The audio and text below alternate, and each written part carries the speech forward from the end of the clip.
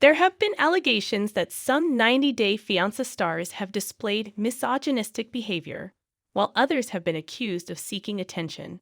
A few 90-Day Fiancé stars have shown toxic personalities, ruining their public images. Over the last 10 years, the franchise has featured many people from different walks of life.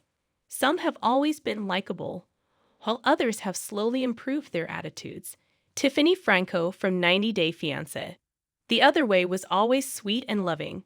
However, it wasn't until she dropped nearly 100 pounds and starred in 90 Day, the single life, that she became one of the most inspirational women in the franchise.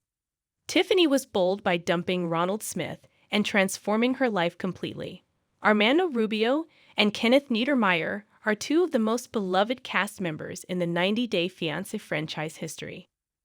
Their journey, filled with ups and downs, has been a testament to their resilience and lack of toxic traits.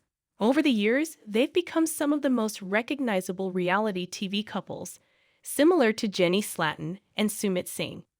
Equally inspiring is the transformation of George Nava. His weight loss, life turnaround after jail, the joy of marrying his soulmate, and having 2 children are powerful examples of the positive changes in his life. Sadly, not all cast members who appear in the 90-Day Fiancé franchise have great attitudes. Rob Warren from 90-Day Fiancé Season 10 never seemed like an ideal boyfriend for his high-maintenance girlfriend, Sophie Sierra. However, the airport proposal was the scene that truly exposed him.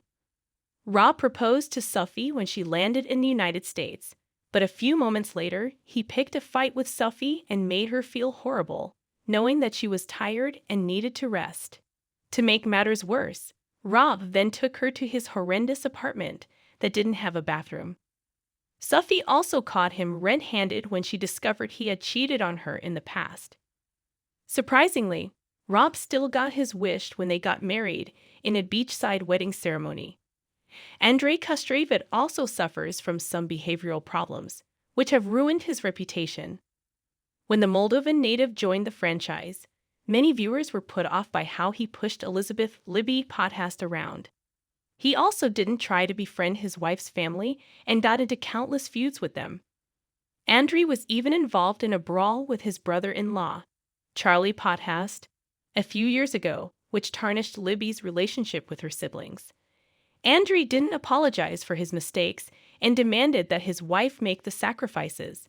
Not to mention, Andrei also speaks rudely and often curses, so everything Andrei says sounds a bit harsh and toxic. Nonetheless, in 2020, Libby defended her husband and claimed he wasn't mean to her. Jibri Bell's negative attitude became evident when he debuted in 90-Day Fiancé Season 9. Everything from how he dressed to the over-the-top way he reacted made him look like an attention seeker. To make matters worse, he pursued Miona Bell, who loved attention just as much as him. During Season 9, Jibri did everything he could to make him and Miona the stand-up couple, allowing them to cash in on their reality TV fame. The South Dakota native fought with his family and even with his bandmates for petty reasons. Jibri also embarrassed himself at the tell-all by fighting with all the other couples to get himself and his wife in the spotlight. However, Jibri and Miona broke up right after moving to Palm Springs in 2023. Big Ed Brown is a 90-Day Fiancé franchise icon, but many viewers don't want to see him anymore. Initially, the 58-year-old San Diego local seemed like a nice guy who wanted to settle down for good. Unfortunately, his toxic personality became evident within a few episodes. He began complaining about his girlfriend, Rose Vega, such as forcing her to shave her legs. Ed also made Rose feel horrible by stating that her breath smelled bad, only to realize she had an ulcer. Rose finally dumped Ed. However, he scored another gig, 90 Day, The Single Life, with single mom Liz Woods, whom he gaslit for years. Ed judged women based on their physical appearance and age. He only cares about his feelings over everyone else's. 90 Day Fiancé. The other ways Nicole Sherbini made a big mistake by marrying Mahmoud Sherbini after meeting him in Egypt. She didn't care about the cultural differences and quickly paid for it when her husband started controlling her. Mahmoud began by forcing his wife to live with his Orthodox family. He also wanted her to follow his cultural rules, like not talking to other men.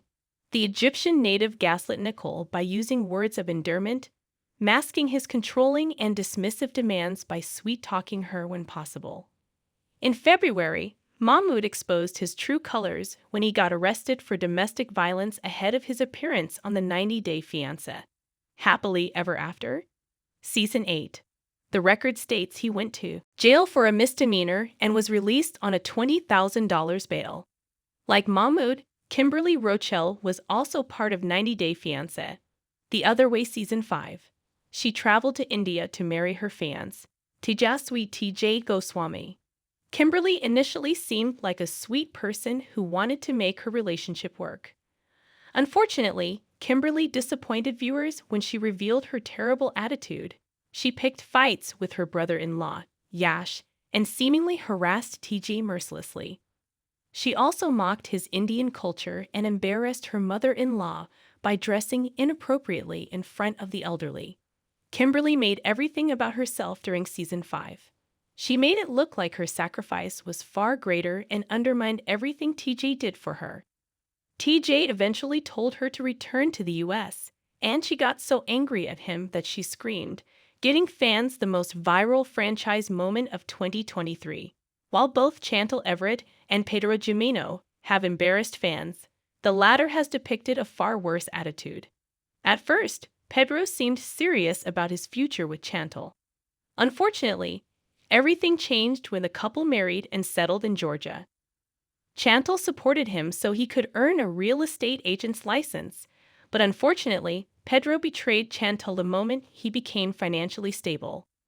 He proved that his in-laws were right about him being a Sankey-Panky, who allegedly married Chantal to build his future in the U.S. Pedro mistreated Chantal by depriving her of intimacy, communication, and love before eventually asking her for a divorce. Sarper Given already seemed like a red flag when he first appeared in the 90-Day Fiancé, The Other Way Season 5 promos.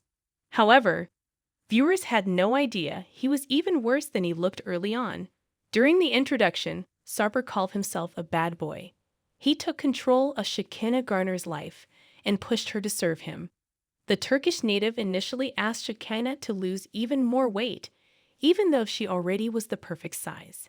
He also told her what to wear and controlled her diet.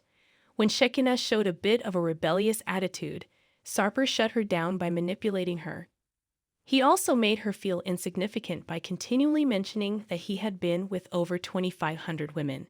Despite Sarper essentially being a misogynist, Shekinah is still with him, hoping he'll change for her. Jasmine Pineda was once a 90-Day Fiancé, before the 90 Days Season 5 MVP. Unfortunately, the Panama City native has single-handedly hurt her reputation in 2 years. When Jasmine debuted in the franchise, she seemed like a genuine person who wanted to settle down with Gino Palazzolo, a 50-year-old from the U.S. However, things changed when Jasmine returned to 90-Day Fiancé, before the 90 Days Season 6. From getting into controversies to cheating scandals, Jasmine proved she was more interested in Gino's money. She also kept in touch with her ex-boyfriend, Dane, who gave her $2,000 towards butt implants. Apart from changing herself, Jasmine verbally abused Pino and purposely hurt him.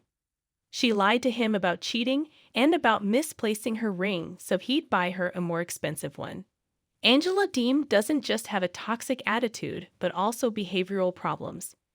When the Georgia native joined 90-Day Fiancé, before the 90 Days Season 2, she was infamous for verbally abusing her Nigerian partner, Michael Ilasani.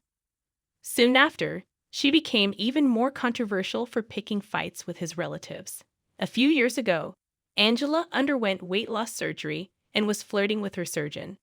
Angela is hypocritical for not allowing Michael to have female friends while publicly flirting with different men on and off the screen.